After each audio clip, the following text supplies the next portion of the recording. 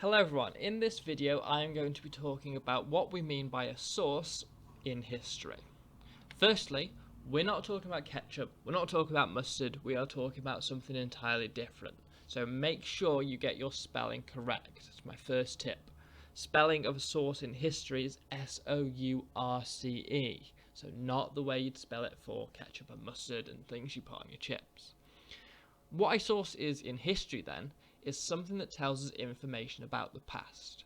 So if we can get information about the past from it, it is what is known as a source. Now there's lots of different ways that sources can be presented to us, lots of different forms of sources. There are things like written documents, so books, newspapers, diaries, wills, they're all sorts of written documents which are sources. You've got art, so paintings, sculptures, those can be sources of information. We've got buildings, we can get knowledge from those. Photographs are a good source of information. Oral history, so someone telling us something about the past through either something they recorded themselves or it could be an interview, that would count as a source of information. And you've got plays and film and music, all those things can be sources of information, places where we get knowledge about the past. Now, there are two different types of sources. We've got primary sources and secondary sources.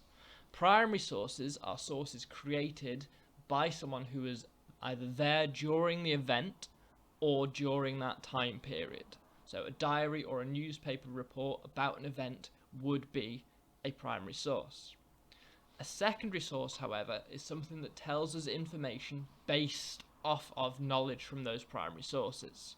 So, for example, a letter or a diary written by a Roman soldier would be a primary source because they were there during the event.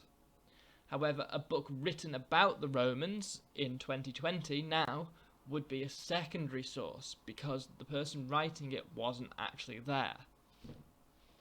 So, that is a general overview of what a source is. So, briefly recap. Remember, it's source, not source, so be careful of your spelling. A source is something that tells us information about the past.